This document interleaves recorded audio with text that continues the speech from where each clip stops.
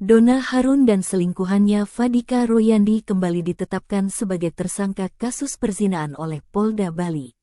Mereka dijerat pasal 284 KUH pidana tentang perzinahan.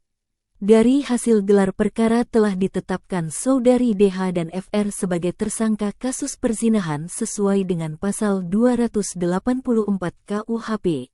Kata Kabid Humas Polda Bali Kombes Pol Jansen Afitus Panjaitan Sarjana Ilmu Kepolisian, Magister Hukum melalui keterangan tertulisnya, Rabu tanggal 17 Juli tahun 2024.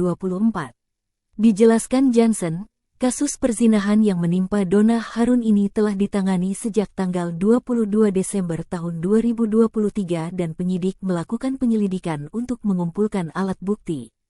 Pada Jumat tanggal 5 Juli tahun 2024, kata Jansen, penyidik melaksanakan gelar perkara dan proses hukumnya ditingkatkan dari penyelidikan menjadi penyidikan.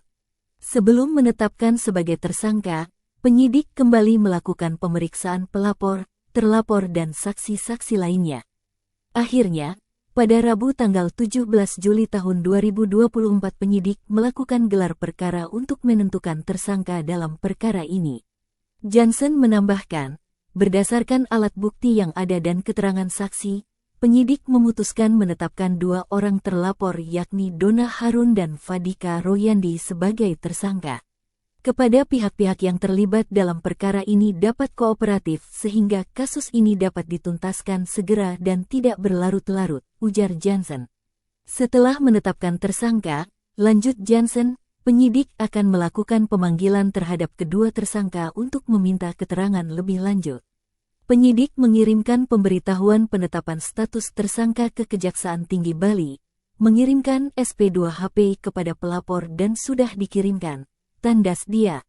Diketahui, Donna Harun diduga melakukan perselingkuhan dan perzinahan dengan pesinetron Fadika Royandi di The Edge Villa Pecatu, Bali pada Juli tahun 2019 ketika ia menggelar resepsi pernikahannya dengan At Hanafiah. Donna Harun dilaporkan mantan suaminya, At Hanafiah ke Polda Bali pada tanggal 22 Desember tahun 2023 terkait kasus perzinahannya dengan Fadika Royandi.